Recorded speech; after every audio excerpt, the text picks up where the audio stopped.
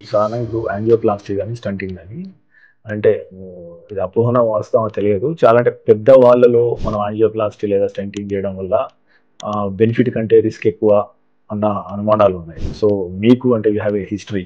మీరు 106 year old ఈ వ్యక్తి మీద వైద్యం చేశారు కదా! సో, ఈ రిస్క్ వర్సెస్ బెనిఫిట్‌ని మాకు వివరిస్తారా? అదే రకంగా ఆ పేషెంట్ గురించి చెప్పండి. అసలు ఏం జరిగింది? మీరు ఈ 106 ఏళ్ల వ్యక్తి మీద అంటే ఏం వైద్యం చేశారు?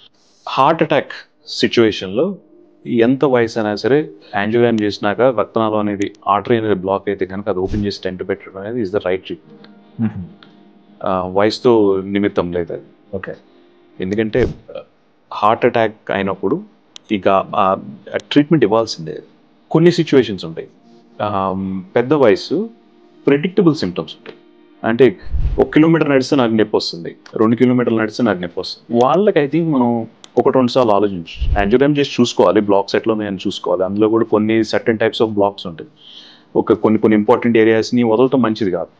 బట్ జనరల్గా అట్లాంటి సిచ్యువేషన్స్లో మెడిసిన్స్ ట్రై చేయడంలో తప్పలేదు. మెడిసిన్స్ కనుక పనిచేసినాయి అనుకోండి, you can keep going with that. So 2 things అనమాట. హార్ట్ అటాక్ జనరల్గా always right thing to treat it with a stent. Stable సిచ్యువేషన్లో ప్రెడిక్టబుల్ సిమ్టమ్స్ ఉన్నప్పుడు మెడిసిన్స్ ట్రై చేసి మెడిసిన్స్ అవ్వకపోతేనే అప్పుడు స్టెంట్స్ అనేది డెసిషన్ తీసుకోవచ్చు.